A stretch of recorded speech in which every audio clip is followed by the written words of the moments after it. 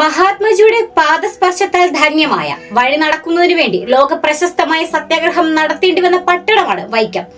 1924 വൈക്കം സത്യാഗ്രഹം വൈക്കത്തെ ചരിത്ര പ്രാധാന്യമുള്ള സ്ഥലമാക്കി മാറ്റി. യാഥാസ്ഥിതികരുടെ എതിർപ്പിനെ മറികടന്ന് അടിച്ചമർത്തപ്പെട്ട വിഭാഗങ്ങളുടെ അവകാശങ്ങൾ സ്ഥാപിച്ചെടുക്കുന്നതിനായി കേരളത്തിൽ നടന്ന ആദ്യത്തെ ആസൂത്രിത പ്രക്ഷോഭമായിരുന്നു വൈക്കം സത്യാഗ്രഹം. ക്ഷേത്രത്തിലേക്കുള്ള പൊതുവഴികളിലൂടെ സമൂഹത്തിലെ എല്ലാ വിഭാഗക്കാർക്കും സഞ്ചരിക്കാനുള്ള സ്വാതന്ത്ര്യം നേടിയെടുക്കുക എന്നതായിരുന്നു സത്യാഗ്രഹത്തിന്റെ ലക്ഷ്യം. ഇതിന്റെ ഭാഗമായി ഗാന്ധിജി വൈക്കം സന്ദർശിക്കുകയും സത്യാഗ്രഹത്തിൽ പങ്കെടുക്കുകയും ചെയ്തു.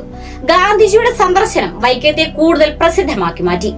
ഇത് മാത്രമല്ല, കേരളത്തിലെ ഏറ്റവും വലിയ കായലായ വേമ്പനാട്ട് കായലിന്റെ ഭംഗിയും വൈക്കത്തെ കൂടുതൽ മനോഹരിയാക്കുന്നുണ്ട്. ആലപ്പുഴ, എറണാകുളം, കോട്ടയം എന്നീ ജില്ലകളിലായി പരന്നു കിടക്കുന്ന വേമ്പനാട്ട് കായൽ വൈക്കത്തിന്റെ ടൂറിസം സാധ്യത വർദ്ധിപ്പിക്കുന്നു. ഇക്കൂട്ടത്തിൽ ഒരു മേമ്പൊടിക്ക് വൈക്കത്ത് നിന്ന് കൊച്ചിയിലേക്ക് സുഖപ്രദമായ ഒരു ബോട്ട് യാത്ര കൂടിയായാലോ? അതെ, വൈക്കത്ത് നിന്ന് വെറും 45 മിനിറ്റ് കൊണ്ട് എറണാകുളത്തിന്റെ ഹൃദയഭാഗത്തുള്ള സുഭാഷ് പാർക്കിനടുത്തെ ബോട്ട് ജെട്ടിയിലെത്താം. കേരളത്തിൽ സർവീസ് നടത്തുന്ന ഏറ്റവും വലിയ ബോട്ടാണ് വേഗ. സംസ്ഥാന ജലഗതാഗത വകുപ്പ് എയർ കണ്ടീഷൻ ചെയ്ത വേഗ 120 വൈക്കം കൊച്ചി റൂട്ടിൽ സർവീസ് നടത്തുന്നത്. സ്ഥിരം യാത്ര ചെയ്യുന്നവർക്കും വിനോദസഞ്ചാരികൾക്കും ഒരേപോലെ ഉപയോഗപ്രദമാണ് വേഗ. കണ്ണിനും മനസ്സിനും ഒരേപോലെ കുളിർമയേകുന്ന കാഴ്ചയാണ് വേഗയും വേമ്പനാട്ട് കായലും യാത്രക്കാർക്ക് സമ്മാനിക്കുന്നത്. യാത്രക്കാർക്ക് പ്രകൃതി ദൃശ്യങ്ങൾ ആസ്വദിക്കുന്നതിനോടൊപ്പം തന്നെ ഫെറിയിൽ പ്ലേ ചെയ്യുന്ന സംഗീതവും ആസ്വദിക്കാം. 40 AC സീറ്റുകളും 80 നോൺ AC സീറ്റുകളുമാണ് വേഗയിലുള്ളത്. AC സീറ്റ് 80 രൂപയും നോൺ AC സീറ്റ് 40 രൂപയുമാണ് ചാർജ്. വേഗയുടെ ആദ്യ യാത്ര രാവിലെ 7:30 വൈക്കത്ത് നിന്ന് ആരംഭിച്ച് 9:15 എറണാകുളത്തെത്തും.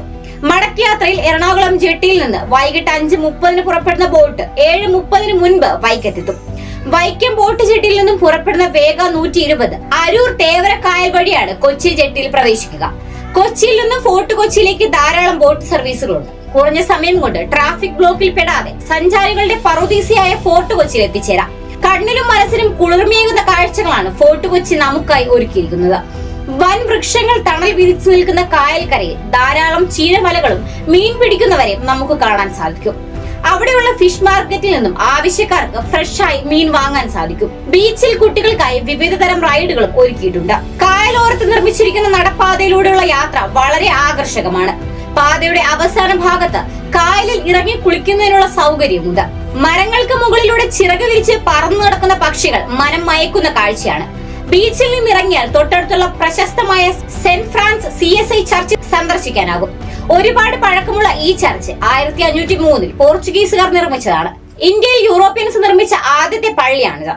1524 ഇന്ത്യയിലെത്തിയ വാസ്കോ ഡി ഗാമയുടെ ശരീരം അടക്കിയതും ഇവിടെയാണ്. വഴിയിൽ ധാരാളം വഴിയോര കച്ചവടക്കാരുമുണ്ട്. അവരുടെ അടുത്ത് നിന്ന് പല ഉൽപ്പന്നങ്ങളും വാങ്ങിക്കാൻ കഴിയും. ഉച്ചഭക്ഷണവും കഴിച്ച് 3 മണിയോടെ തിരിച്ച് സുഭാഷ് പാർക്കിൽ എത്തിയാൽ പാർക്ക് തുറക്കുന്ന സമയമാകും. കുട്ടികൾക്കും മുതിർന്നവർക്കും ആസ്വദിക്കാൻ സാധിക്കുന്ന ഒട്ടനവധി റൈഡുകളാണ് സുഭാഷ് പാർക്ക് സഞ്ചാരികൾക്കായി ഒരുക്കി വെച്ചിരിക്കുന്നത്.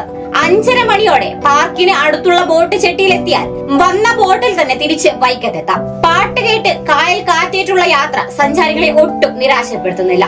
ഉല്ലാസയാത്രയുടെ പ്രതീതിയാണ് ഈ ബോട്ട് യാത്ര നമുക്ക് സമ്മാനിക്കുക. അപ്പോൾ എങ്ങനെയാ, ഒരു യാത്ര അങ്ങ് പോയാലോ?